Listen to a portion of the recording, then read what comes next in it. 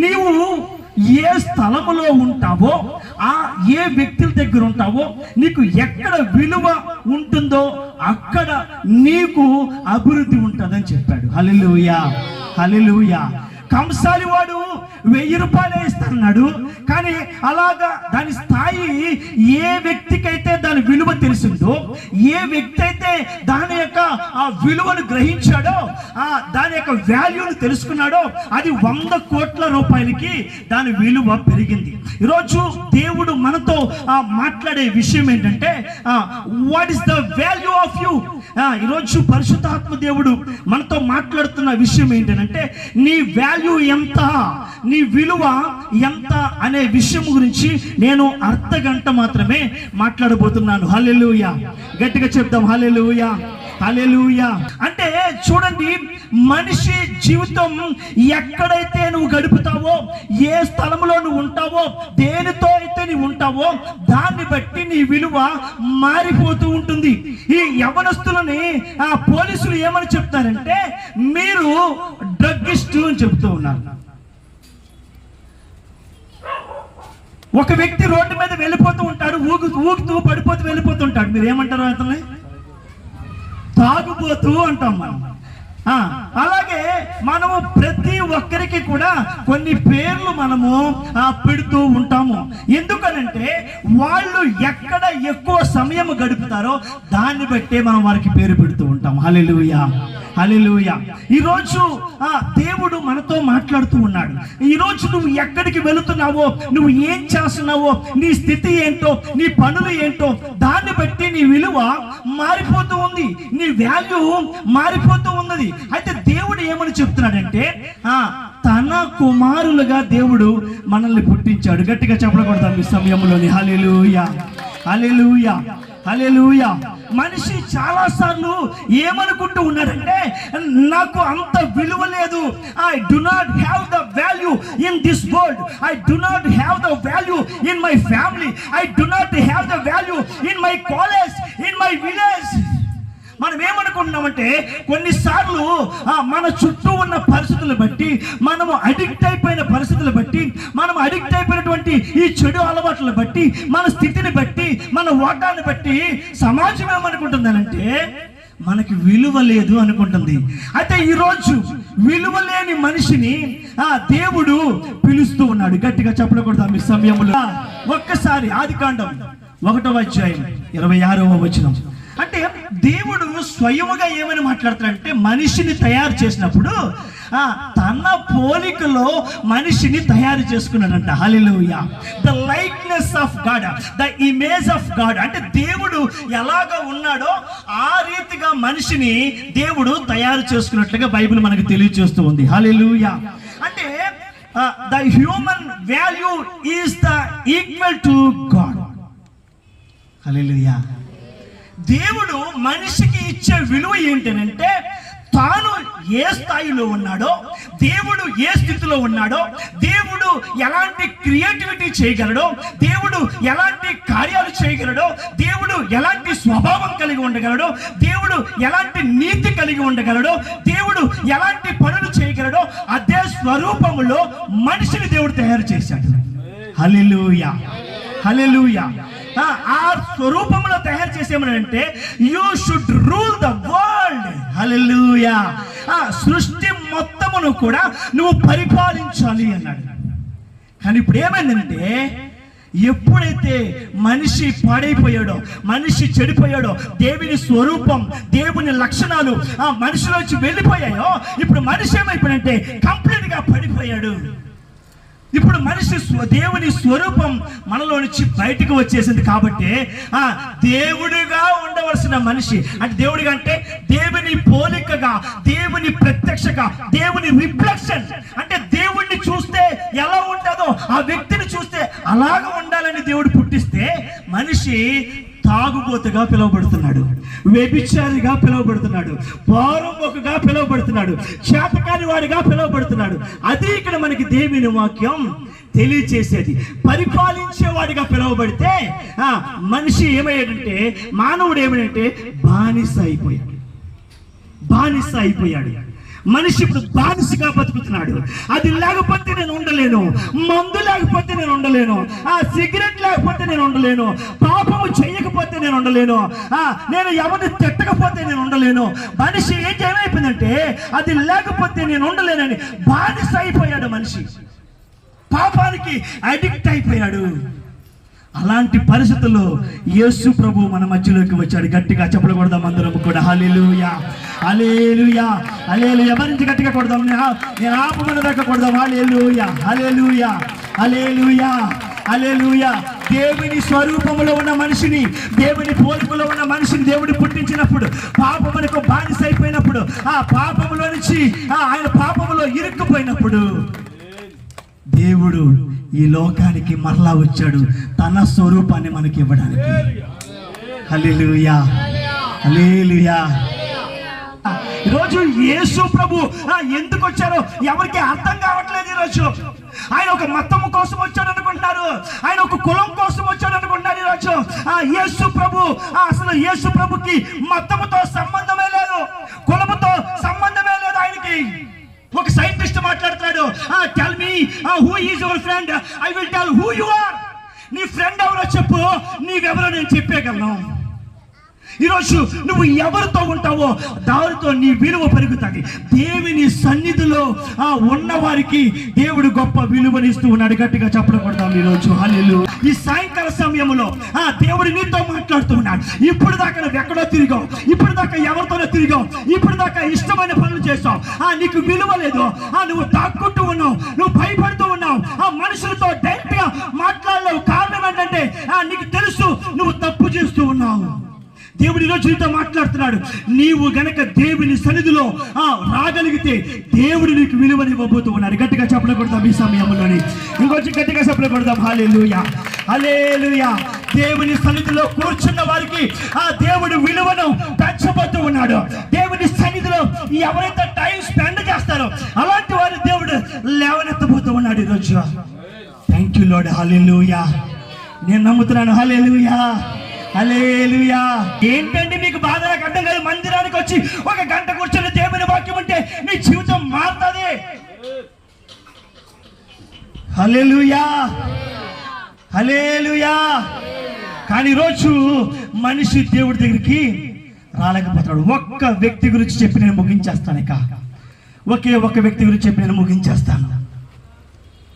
ఒక ఆయన ఉన్నాడు, అరణ్యములో దేవుణ్ణి స్తుతించే వ్యక్తి. హల్లెలూయా. కుటుంబానికి దూరంగా బ్రతికే వ్యక్తి. ఎప్పుడు వస్తాడో తెలియదు, ఇంటికి ఎప్పుడు వెళ్తాడో తెలియదు, ఎవరు పట్టించుకోరు. తన పని ఏదో తను చేసుకోవాలి, తన బాధ్యత ఎలాంటిదంటే ఒక్క రోజు కూడా ఎక్కడికి వెళ్ళడానికి అతనికి అవకాశం ఉండదు. అతని పని ఏంటనంటే అడవిలోకి గొర్రెలను తీసుకుని వెళ్ళి అడవిలో గొర్రెలు మేస్తూ ఉంటే దేవుణ్ణి స్తుతించడమే అతని పని. దావీదు. హల్లెలూయా, హల్లెలూయా. ఇప్పుడు దాకా సువార్త అందించబడింది. ఇప్పుడు దేవుడు నీ జీవితంలో అద్భుతము చేయబోతున్నాడు. The God is going to increase the life of who is sitting in front of the Jesus, in front of the presence of God. ఎవరైతే దేవుని సన్నిధిలో కూర్చుంటారో అలాంటి వారి జీవితాలు ఎలా ఉంటాయో దేవుడు చూపించబోతున్నాడు. గట్టిగా చెప్పకూడదాం ఈ సమయంలో. రాషందారా బాబా, గట్టిగా చెప్పకూడదాం. రిషందారా బాబా, గ్లోరీ. హల్లెలూయా, హల్లెలూయా, హల్లెలూయా. ఇప్పుడు దాకా నువ్వు ఎంత ప్రార్థన చేస్తున్నావో నాకు తెలియదు, ఇప్పుడు దాకా నువ్వు ఎంత టైం స్పెండ్ చేస్తున్నావో నాకు తెలియదు దేవుడి దగ్గర. ఈ రోజు దేవుడు నీతో మాట్లాడబోతూ ఉన్నాడు. ఈ రోజు దేవుడు నీకు తెలియజేస్తూ ఉన్నాడు. If you SIT in front of the presence of God, దేవుడు నిన్ను లిఫ్ట్ చేయబోతూ ఉన్నాడు. హల్లెలూయా, హల్లెలూయా. ఏమైందంటే ఆరాధన చేస్తున్నాడు, సంవత్సరాలు గడిచిపోతున్నాయి. ఏమన్నా నిజంగా గొర్రెల కాపరికి ఎక్కడికి వెళ్ళడానికి అవ్వదు. ఒక్కరోజు కూడా అవదాలకి. పశువులు ఉన్న వాళ్ళకి ఎక్కడికి వెళ్ళడానికి అవ్వదు. మా ఊర్లో 3 మంది ఉన్నారు. ఏమన్నా అడగని ఎవరు వెళ్ళండి, మేము పశువులు చచ్చిపోతాయి. ఒక్కరోజు దానా పెట్టకపోతే చచ్చిపోతాయి, మళ్ళా ఉండవండి, అవి అరుసేస్తాయంట. ఇప్పుడు అన్ని గొర్రెలు ఎవరు పెడతాడు? మేత కేక పెడతాయి, పని అవ్వదు. మరి ఎలా? టైం ఉండదు నాకు. ఎలా? అయినా దేవుని స్తుతిస్తాను. హల్లెలూయా. ఎలా స్తుతిస్తావు? గొర్రెలు మేస్తా ఉంటాయి, నేను దేవుడిని స్తుతిస్తూ ఉంటాను. The first worship leader in the Bible. Hallelujah, hallelujah. The great worship leader in the Bible. Worship leader అంటే చాలా మంది ఏమనుకుంటారు అంటే కీబోర్డ్ పట్టుకొని లేకపోతే ప్యాడ్ కొట్టుకొని పాటలు పాడితే వాళ్ళు వర్షిప్ లీడర్ అనుకుంటారు. వాళ్ళు వర్షిప్ లీడర్సే, కానీ వర్షిప్ లీడర్ అర్థం ఏంటంటే ఎవరైతే దేవుని శక్తిని తెలుసుకొని ఆ శక్తిని నెమరు వేసుకొని ఆ పాట రూపంలో ఆయన స్తుతిస్తారు, వాళ్ళు వర్షిప్ లీడర్స్. గట్టిగా చెప్పకూడదు. హల్లెలూయా, హల్లెలూయా. They spend in the presence of God. వాళ్ళు దేవుని సన్నిధిలో సమయం గడిపేవారు వర్షిప్ లీడర్స్. నేను కారులో వెళ్ళా, ఆటోలో వెళ్ళా, బైక్లో వెళ్ళా, దేవుణ్ణి స్తుతిస్తూ ఉంటాను. హల్లెలూయా. మేము బయటికి రాత్రులు 1 గంట 2 గంటలకు వస్తాం. నేను దేవుణ్ణి స్తుతించుకున్న సమయం తక్కువ ఉంటుంది. నేను అడుగుతాను, ప్రభువా 20 గంటలు కూర్చోమంటావు నీ దగ్గర, నాకు టైం నేను కూర్చుంటాను అడుగుతున్నాను ఇప్పుడు కూడా. హల్లెలూయా, హల్లెలూయా. ఈ లోకంలో ఉండి లేనిపోని యాతలన్నిటికంటే కూడా ఇది చాలా బెస్ట్ కదా, దేవుడి దగ్గర కూర్చోవడం. హల్లెలూయా, హల్లెలూయా. సమూయేలుతో దేవుడు మాట్లాడాడు. సమూయేలు, ఇప్పుడున్న సౌలు సరిగ్గా లేడు, ఇప్పుడున్న రాజు సరిగ్గా లేడు, దేశం పాడైపోతుంది, నాకు ఒక రాజు కావాలి, ఎవరిని ఎన్నుకుంటున్నావు అని అడిగితే అప్పుడు దేవుడు చెప్పాడు, నేను చెప్పిన స్థలానికి వెళ్ళు, ఆ ఊర్లో యషీ అని ఒక ఆయన ఉంటాడు, అతని దగ్గరికి నువ్వు వెళ్ళి అన్నాడు. హల్లెలూయా. కొడుకులు కూడా యుద్ధంలో ఉన్నారు, వాళ్ళు యుద్ధ సూరులు, వాళ్ళు సైన్యాధిపతులు వాళ్ళు. అప్పుడు యెషయా అనుకున్నాడు, ఓహ్ వాట్ ఏ గ్రేట్ కాలింగ్, దేవుడు ఎంత గొప్పగా పిలుస్తున్నాడు, ఎందుకంటే నా కుమారులు అంత ఆజానుబాహులు, వాళ్ళు ఆర్మీలో ఉన్నారు, వాళ్ళు గొప్ప టాలెంటెడ్ అని చెప్పి ఏం చేశాడంటే పిలిపించాడు. ఏం చేశాడండి?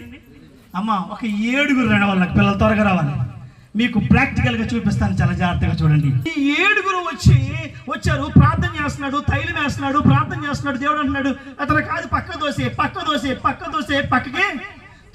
తోసేశారు. పక్కకి 7 పక్కకి తోసేస్తే తల పట్టుకొని కూర్చున్నాడు అక్కడ సమూయేలు. బుర్ర పాడైపోయింది సమూయేలుకి. ఏంట్రా నాకు వచ్చిన దర్శనం ఏమైనా తేడా కొట్టిందా, లేకపోతే నేనేమైనా భ్రమలో ఉన్నానా? తల పట్టుకొని కూర్చున్నాడు. ఏంటయ్యా యెషయా, దేవుడు చెప్పాడయ్యా అంటే, ఏంటి సార్ మమ్మల్ని ఎగతాళి చేయడానికి వచ్చారా మీరు? యెషయా అనుకుంటున్నాడు మనసులో, ఏంటి సార్ మీరు, దేవుడు పిలిచాడు, ఒక రాజు కావాలన్నాడు, అదే నా పిల్లల్లో నుంచి కావాలన్నాడు కదా, మరి ఏంటి 7 ఉన్నారు కదా అంటే, అప్పుడు సమూయేలు అంటాడు, నీకు ఇంకా ఎవరైనా కుమారులు ఉన్నారా? ఆ వాక్యం చదువుదాం, చూడండి. మొదటి సమూయేలు గ్రంథం. యెషయా తన 7 కుమారులను సమూయేలు ఎదుటికి పిలవగా, సమూయేలు యెహోవా వీరిని కోరుకొనలేదని చెప్పి, నీ కుమారులందరూ ఇక్కడ ఉన్నారా? ఇక్కడ ఇది చాలా జాగ్రత్త వినండి. ఒక తండ్రి కొడుకుని మర్చిపోయాడు. మీకు ఈ సందర్భం అర్థమవుతుందా మీకు క్లియర్గా? ఎవరు అడుగుతున్నారు? సమూయేలు అడుగుతున్నాడు, నీకు ఇంకా చదవమ్మది, నీ కుమారులు అందరూ ఇక్కడ ఉన్నారా? చదవండి. అప్పుడు గుర్తొచ్చింది యెషయాకి. హల్లెలూయా, హల్లెలూయా. అంటే అప్పుడు సమూయేలు అడిగేదాకా కూడా, సమూయేలు ప్రశ్నించేదాకా కూడా దావీదు ఇక యెషయా మైండ్ లో లేడు, యెషయా దృష్టిలో లేడు, యెషయా ఎన్నికలో లేడు. ఇంకెవరన్నా ఉన్నారా చూడు అని అంటే గుర్తొచ్చాడు. అది విషయం ఇక్కడ. ఇప్పుడు గుర్తొచ్చాడు. ఎందుకు గుర్తు రాలేదనంటే, ఎందుకు అతనికి తెలియలేదనంటే, అతను ఒక గొర్రెల కాపరి. చదవండి అమ్మ అది కిందకి. గొర్రెలు కాయిచున్నాడు వాడు. Is not qualified for you. అతను దీనికి పనికి రాడు, అతడు వల్ల ఉపయోగం లేదు, అతను ఒక గొర్రెలు కాసుకునే ఒక వ్యక్తి అని మాట్లాడుతూ ఉన్నాడు ఇక్కడ. అప్పుడు అంటే తండ్రి దగ్గర దావీదు విలువ ఏంటి? గొర్రెల కాపరి. గుర్తుపెట్టుకోండి, తండ్రి దగ్గర దావీదు విలువ గొర్రెల కాపరి. తండ్రి దగ్గర దావీదు విలువ గొర్రెల కాపరి. హల్లెలూయా. దేవుడి దృష్టిలో రాజు. హల్లెలూయా. దేవుని దృష్టిలో మహారాజు కాబోతూ ఉన్నాడు, గొప్ప రాజు కాబోతూ ఉన్నాడు. 40 సంవత్సరాలు అద్భుతముగా పరిపాలన చేయబోతూ ఉన్నాడు. కానీ తండ్రి దృష్టిలో మాత్రం గొర్రెల కాపరి. ఈరోజు నీ తల్లిదండ్రుల దగ్గర నీకు విలువ లేకపోవచ్చు, ఆ దేవుడు నీతో మాట్లాడుతూ ఉన్నాడు. నీకు విలువ ఉన్న స్థలానికి నువ్వు రా, దేవుడు నిన్ను హెచ్చించబోతూ ఉన్నాడు. హల్లెలూయా. ఆ తల్లిదండ్రుల దృష్టిలో సేవకులు పిల్లలు సేవకులు తల్లిదండ్రుల దగ్గర ఎలా ఉంటారంటే, ఈడు ఏంది చేత కాక మమ్మల్ని పోషించలేక సేవకు పోయాడండి అన్న వాళ్ళు ఎంతో మంది తల్లిదండ్రులు ఉన్నారు. మీకు తెలుసా ఆ విషయం? నేను బైబిల్ కాలేజీకి వెళ్ళాలనుకున్నప్పుడు నాకు ఎంత ఫెసిలిటీస్ ఏమీ లేవు, నన్ను ఎంకరేజ్ చేసిన వారు ఎవరు లేరు. కానీ నేనే దేవుడు నన్ను నడిపించాడు. నాకు విలువ లేదు ఆ సమయంలో. I do not have the value at that time, but when I spend the time in the presence of God, the God is started to lift up my life. Amen. Hallelujah. Hallelujah. దేవుడు హెచ్చించడం ప్రారంభించాడు. ఇంకా అయిపోలేదు. ఈరోజు 8 మంది ప్రసంగకులు ఇక్కడ ఉన్నారు. హల్లెలూయా. 7 మంది నాతో 9 మంది ప్రసంగికులు ఇక్కడ ఉన్నారు. హల్లెలూయా. తర్వాత ఇంకో వచనం చూద్దాం. చూడండి, మొదటి సమూయేలు 17వ అధ్యాయం 28వ వచనం. మొదటి సమూయేలు 17వ అధ్యాయం 28వ వచనం చదవండి అమ్మా. ఇప్పుడు చదవండి. స్టోరీ చెప్తాను వినండి. ఇక్కడ ఏం జరిగిందనంటే, ఒక గొలియాత్ అనే ఒక వ్యక్తి వచ్చాడు. ఫిలిస్తీన్కి ఇశ్రాయేల్కి పెద్ద యుద్ధం జరుగుతుంది. ఆ యుద్ధంలో గొలియాతు వచ్చాడు. అతను 9 అడుగుల వ్యక్తి. మొత్తం దాదాపుగా ఇప్పుడు ఎవరైనా ఉన్నారా? 9 అడుగుల వ్యక్తి, చిన్నప్పటి నుంచి కత్తి తిప్పినోడు. అతను కత్తి మోయడానికి ఎవరికి బలం సరిపోదంట, అంత బలమైన వాడు గొలియాత్. ఏమైందంటే, ఇతనితో యుద్ధం చేయలేక 40 రాత్రు పగళ్ళు అందరూ కూడా ఒక కొండ మీద కూర్చొని ఉండిపోయారు. లోయలోనేమో గొలియాత్ ఉన్నాడు, అవతల కొండ మీద ఏమో ఫిలిస్తీన్లు ఉన్నారు. మధ్యలోకి ఏమో ఫిలిస్తీన్ల నుంచి బయటకు వచ్చి ఈ కత్తెట్టుకొని, ఒరే మనం అందరూ కొట్టుకొని చచ్చిపోవడం వేస్ట్ రా, ఏంటి మీరు మేము కొట్టుకుంటే ఎక్కువ మంది చచ్చిపోతాం, నేను ఉన్నాను, మీలో నుంచి ఒకడు వచ్చి నాతో పోట్లాడండి, నన్ను గెలిస్తే మా వాళ్ళందరూ నీకు బానిసలు అయిపోతారు, లేదు నేను మిమ్మల్ని ఓడిస్తే మీరందరూ మాకు బానిసలు అయిపోండి అని ఒక లెటర్ రాసుకున్నారు, ఒక కమిట్మెంట్ చేసుకున్నారు. ఇప్పుడు ఏమైందనంటే, పరిస్థితి ఏమైందనంటే, ఎవడు ఇద్దరికి వెళ్ళా, అందులో ఈ 7 ఉన్నారు ఆ యుద్ధంలో. ఎవరో యశీ కుమార్లు 7 ఉన్నారు ఆ యుద్ధంలో. వీళ్ళు ఏం చేశారంటే, ఆ యుద్ధంలో ఉంటే తండ్రి ఇంటి దగ్గర విలవిల ఆడిపోతున్నాడు. దావీదు మీద అంత ఎదు ఉండదు, ఎందుకంటే గొర్రెలు కాపాలి. అమ్మ నా కొడుకులు యుద్ధంలో ఉన్నారు, ఆర్మీలో ఉన్నారు, ఏంటి ఏంటి ఏంటి ఏంటి అని ఏమన్నా తిన్నారో లేదో. ఒరే చిన్నోడా కబురు పెట్టాడు. కబురు పెడితే వచ్చాడు, క్యారేజ్ కబురు పెట్టే తిన్నగా క్యారేజ్ తీసుకుని వెళ్ళి మీ అన్నెలకి ఇచ్చేసి నువ్వు మాట్లాడుకున్నా మళ్ళీ తిన్నగా వచ్చి అన్నాడు. దావీదుని పిలిచాడు. ప్రస్తుతానికి అతనే దావీదు అనుకుందాం. హల్లెలూయా. ఇలారా దావీదుని పిలిచాడు. దావీదుని పిలిచి నేను వీళ్ళు క్యారేజ్ ఇచ్చానంటే, క్యారేజ్ ఇవ్వడానికి వెళ్తే పాపం వీళ్ళందరూ యుద్ధం జరిగే దగ్గర ఎలా ఉంటుంది, ఓ డిష్ డష్ డిష్ ఏదో శబ్దాలు వస్తాయి. కానీ ఇటు దగ్గరికి వెళ్తాను కానీ శబ్దాలు వినబట్ల. ఎందుకంటే ఉసురోమని ప్రతి ఒక్కడు ఎప్పుడు చచ్చిపోతామని కూర్చొని ఉన్నారు అక్కడ. 40 రోజులు అయిందండి, పగలు రాత్రి 40 రోజులు అయిపోయింది అక్కడ. అయిపోతే దావీదు ఏంటి గోల వినబట్లేదు, వెళ్ళాడు. అందరూ సైలెంట్గా కూర్చొని ఉంటే ఏం జరిగిందని ఏం జరిగిందిరా, ఏంట్రా బాబు ముఖాలు ఎలా ఉన్నాయని అడుగుతుంటే, అప్పుడు అందులో ఒక అన్నయ్య వచ్చి ఏమన్నాడు ఇప్పుడు చదువు, మీకు అది అర్థం. ఇప్పుడు నేను డైరెక్ట్ చెప్తే అర్థం కాదు కదా. అన్నయ్య వచ్చి అరే ఏం జరిగిందిరా, ఎందుకురా ఏడుస్తున్నారు, ఎందుకురా నీరసించిపోయారు, ఎందుకురా కృంగిపోయారు అని అడుగుతుంటే అన్నయ్య వచ్చి ఏమన్నాడు చదవండమ్మా. కోపం వచ్చేసింది. ఏంట్రా నువ్వు పిల్ల బచ్చా అడివి, పిల్ల బచ్చా అంటే ఏదో బూత్ అనుకోకండి, హిందీలో బచ్చా అంటే పిల్లవాడు అని అర్థం. మళ్ళీ పాస్ట్ గారు బూత్ మాట్లాడుంటారు. హల్లెలూయా. పిల్ల బచ్చా అడివి నువ్వు అసలు ఇక్కడికి ఎందుకు వచ్చావురా? You are not to come here. నువ్వు రావడానికి నీకు అర్హత లేదు. అరణ్యములోని ఆ చిన్న గొర్రె మంద ఇష్టానుసారంగా చేసావురా. ఈ గర్భమును ఈ హృదయపు చెడుతనమును నేను ఎరుగుదును. యుద్ధము చూచుటకే కదా నీ వచ్చితివనెను. ఎందుకు వచ్చాడంట?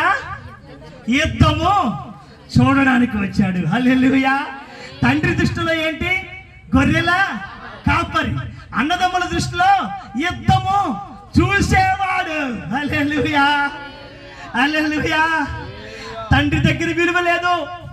అన్నదమ్ముల దగ్గరికి వచ్చాడు. అన్నదమ్ములు అన్నారు, అరే నువ్వు ఇక్కడ ఉండడానికి విలువ లేదురా నీకు. నీ విలువ ఏంటనంటే మేము యుద్ధం చేస్తే, మేము ఫైట్ చేస్తే నీవు చూడాలి. అది నీ విలువ, అది నీ వాల్యూ,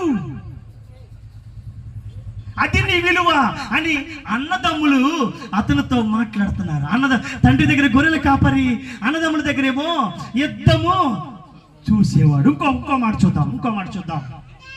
గట్టిగా కొడదాం. హల్లెలూయా, హల్లెలూయా, హల్లెలూయా. ఇప్పుడు కడసారి ఉన్నవాడిని దేవుడు చూడండి. ఒకసారి నిలబడండి, త్వరగా నిలబడండి. ఇలాగ ఇటు సైడ్ నిలబడండి.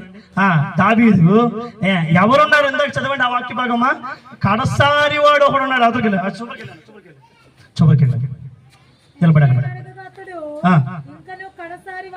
హల్లెలూయా, హల్లెలూయా. ఏడుగురిని దేవుడు ఎన్నుకోలేదు అయ్యా. జ్ఞాపకం లేనివాడు, గొర్రెల కాపరి, యుద్ధాన్ని చూడడానికి కూడా సరిపడు, అతను ఒక బాలుడు. అలాంటి వాడిని దేవుడు ఇప్పుడు ఏమని మాట్లాడుతున్నాడంటే, ఎవరు అతనంటే కడసారి, ఆఖరి వాడు, చివారన ఉన్నవాడిని దేవుడు ఏం చేస్తాడు? ఇలా వచ్చాయి. దేవుడు తన చెయ్యి పట్టుకున్నాడు. తన సన్నిధిలో ఆరాధన చేస్తున్నప్పుడు, తన సన్నిధిలో దేవుని మహిమపరుస్తున్నప్పుడు, ఈ లోకము కంటే కూడా నా దేవుని శక్తి గొప్పదని ప్రార్థన చేస్తున్న సమయంలో ఆ దేవుడు అతను ఎన్నుకొని ఏం చేశాడంటే కడసారిలో ఉన్న వాడిని తీసుకొచ్చి ముందు నుంచి పెట్టి గట్టిగా చెప్పలు కొడదాం. ఈ సమయంలోని గట్టిగా. హల్లెలూయా, హల్లెలూయా, హల్లెలూయా, హల్లెలూయా. కడసారి వాడిని దేవుడు మొదటిలోకి తీసుకొచ్చాడు. వాళ్ళందరూ వెనక్కిపోయారు. కడసారిని దేవుడు ముందుకు తీసుకొచ్చాడు. కేవలం దేవుడి దగ్గరికి రావడం వల్ల అతను విలువ పెరిగింది.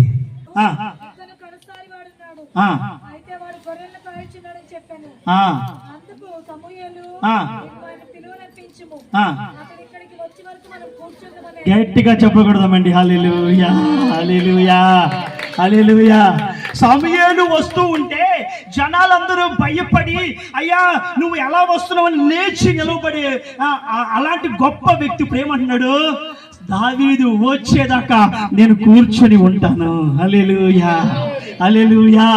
దేవుని సన్నిధిలో ఎవరైతే టైం గడుపుతారో అలాంటి వారందరినీ కూడా దేవుడు ఎలా చేస్తాడంటే, ఎలా దీవిస్తాడంటే, నీ వచ్చేదాకా జనాలు ఎదురు చూస్తారు. గట్టిగా చెప్పకూడదా మీ సమయంలోనే? హల్లెలూయా, హల్లెలూయా. ఒక ఐఏఎస్ ఇంటికి వెళ్ళినప్పుడు ఎంతమంది జనాలు బయట నిలబడి ఉంటారండి. ఒక ఎమ్మెల్యే దగ్గరికి వెళ్ళినప్పుడు తెల్లవారుజామున వెళ్ళి ఎంతో మంది ఎదురు చూస్తూ ఉంటారు. ఈరోజు దేవుడు నీతో మాట్లాడేది ఏంటంటే, సమూయేలు అంత గొప్పవాడు, వీళ్ళెవరో దేవుడికి వద్దు, ఆ వ్యక్తి వచ్చేదాకా మనము కూర్చొని ఉండాల్సిందే. హల్లెలూయా, హల్లెలూయా. దేవుడు నీ జీవితాన్ని అలా మార్చబోతూ ఉన్నాడు. దేవుడు నీ జీవితాన్ని అద్భుతంగా చేయబోతూ ఉన్నాడు. ఎప్పుడు చేస్తాడంటే, నువ్వు దేవుడి దగ్గరికి వచ్చినప్పుడు దేవుడు నీ విలువను పెంచుతాడు, నీ సేవను పెంచుతాడు, నీ ఆత్మీయ జీవితాన్ని ఆయన పెంచుతాడు. హల్లెలూయా, హల్లెలూయా. ఈరోజు దేవుని సన్నిధికి సమయం ఇస్తున్నావా? మిగతా దానికి సమయం ఇస్తున్నావా? నీ టైం ఎక్కడ గడుపుతున్నావు? నువ్వు ఎవరితో గడుపుతున్నావు? దాన్ని బట్టి నీ జీవితం ఆధారపడి ఉంటుంది. తలలో వంచండి. మీకోసం ప్రార్థన చేయబోతూ ఉన్నాను. తలలో వంచండి. ఈరోజు నువ్వు ఎవరి దృష్టిలో ఎలా ఉన్నావో నాకు తెలియదు. దావీదు తండ్రి దృష్టిలో ఒక గొర్రెల కాపరి. తండ్రి మరిచిపోయాడు. తండ్రికి అతను అవసరం లేదు, అతని వల్ల ఉపయోగం లేదు, అతను ఎప్పుడు ఇంటికి వస్తాడో తెలియదు. అలాంటి దావీదుని ఆ దేవుడు ఎన్నుకున్నాడు. కారణం ఏంటో తెలుసా? ఆ దావీదు తన అన్నదమ్ముల కంటే తన కుటుంబం కంటే దేవుణ్ణి స్తుతిస్తూ ఉండేవాడు. దేవుని సన్నిధిలో గడుపుతూ ఉండే ఫస్ట్ వర్షిప్, ఆ గొప్ప వర్షిప్ చేసేవాడు, దేవుణ్ణి మహిమపరిచేవాడు. దేవుడు అతని ద్వారా గొప్ప కార్యాలు జరిగించాడు. నువ్వు గుర్తుపెట్టుకో, దేవుడి దగ్గర గడిపే ఏ సమయము వ్యర్థము కాదు, దేవుని సన్నిధిలో గడిపే ఏ టైము వ్యర్థము కాదు. ఈరోజు దేవుడి దగ్గరికి వచ్చినప్పుడు నీ స్వరూపం మారిపోద్ది. ఆయన సన్నిధిలో కూర్చున్నప్పుడు నీ మాట మారిపోద్ది. ఆయన సన్నిధిలో కూర్చున్నప్పుడు నీ స్థితిగతులు మారిపోతాయి. ఆయన సన్నిధిలో కూర్చున్నప్పుడు నీ రోగం మారిపోద్ది. థ్యాంక్ యూ జీసస్, హల్లెలూయా. దేవుడు నేను హెచ్చించాలని చూస్తున్నాడు సహోదరుడా. దేవుడు ఎవరితో ప్రవచన రీతిగా మాట్లాడుతూ ఉన్నాడు ఈరోజు. దేవుడు నీతో మాట్లాడుతూ ఉన్నాడు ఈరోజు. నాకు సమయము దొరకడం లేదు. దేవుడు నీతో మాట్లాడుతూ ఉన్నాడు. నాకు టైం ఇవ్వడం లేదు. ఈరోజు దేవుడు నీతో మాట్లాడుతూ ఉన్నాడు. అన్నిటికీ టైం ఉంది నీకు. నా దగ్గర కూర్చోవడానికి టైం లేదు, కన్నీరు కాల్చడానికి టైం లేదు. నీకు అన్ని ఇచ్చాను, కుటుంబం ఇచ్చాను, పిల్లలు ఇచ్చాను, సంఘం ఇచ్చాను. నా దగ్గర కూర్చునే టైం నీకు లేదు. దేవుడు ఈరోజు నీతో మాట్లాడుతూ ఉన్నాడు. బాబా నాతో మాట్లాడుతూ ఉన్నాడు ఈరోజు దేవుడు. ఓ రిషందరా బాబా, నువ్వు దేవుడి దగ్గర కూర్చోలేనంత వరకు కూడా నీకు ఎంత సంపాదించినా అది నిలవబడదు. ఆ దేవుడి దగ్గర కూర్చోకపోతే నీకు విలువ ఉండదు. తాగుబోతులో తిరుగుతున్నావు ఈరోజు, చెడిపోయే వాటితో తిరుగుతున్నావు ఈరోజు. దేవుని బిడ్డలంటే నీకు లోకుగా ఉందా ఈరోజు? దేవుని సన్నిధికి నీకు సమయం ఇవ్వలేకపోతున్నావు ఈరోజు. దేవుడి దగ్గర కంటే నీకు వేరే దగ్గర విలువ ఎక్కువ ఉందా? దేవుడి దగ్గర కంటే నీకు వేరే స్థలంలో విలువ ఎక్కువ ఉందా? దేవుని సేవలో కంటే నీకు వేరే స్థలంలో విలువ ఎక్కువగా ఉందా? Thank you Jesus. ఆమేన్, హల్లెలూయా, ఆమేన్, హల్లెలూయా. అందరూ లేచి నిలబడదాం ఒకసారి, ఒక 2 నిమిషాల పాటు ఈరోజు ఒక టైం తీసుకున్నాము. ఆమేన్, హల్లెలూయా. నీ విలువను దేవుడు పెంచబోతూ ఉన్నాడు. నీ సేవను దేవుడు పెంచబోతూ ఉన్నాడు. నీకు విలువ ఎక్కడంటే దేవుని సన్నిధిలో, దేవుని వెలుగులో కూర్చో, దేవుని ముఖము కాంతిలో కూర్చొని ఈరోజు దేవుడు నీ విలువని పెంచబోతూ ఉన్నాడు. నీ భార్య నిన్ను చులకనగా చూస్తుంది, నీ బంధువులు నిన్ను చులకనగా చూస్తున్నారు ఈరోజు, నీ కుటుంబం నిన్ను చులకనగా చూస్తున్నారు ఈరోజు, నీ తోటి సేవకులు నిన్ను చులకనగా చూస్తున్నారు ఈరోజు. ఆ విలువలే నీ జీవితాన్ని మార్చిపోతున్నాడు. నువ్వు ఎక్కడో ఆ కడసారి వాడిగా ఉన్నావేమో ఈరోజు, ఎక్కడో చివరిని మిగిలిపోయావేమో ఈరోజు, అన్ని కోల్పోయావేమో, అప్పుల్లో ఉన్నావేమో, ఆ రోగముతో ఉన్నావేమో, అన్ని నాశనం అయిపోయి ఉన్నావేమో ఈరోజు. దేవుడు నిన్ను పిలుస్తూ ఉన్నాడు ఈరోజు. దేవుడు నిన్ను పిలుస్తూ ఉన్నాడు ఈరోజు. ఆమేన్, హల్లెలూయా. ఆ కడసారిగా ఉన్న నిన్ను, ఆ చివరిలో ఉన్న నిన్ను, ఎక్కడో మారి ఒక మూలను ఇరుక్కుపోయిన నిన్ను దేవుడు ముందుకు రమ్మని పిలుస్తూ ఉన్నాడు ఈరోజు. ఆయన నిన్ను ముందు నుంచే పెట్టబోతూ ఉన్నాడు నీ బంధువుల దగ్గర.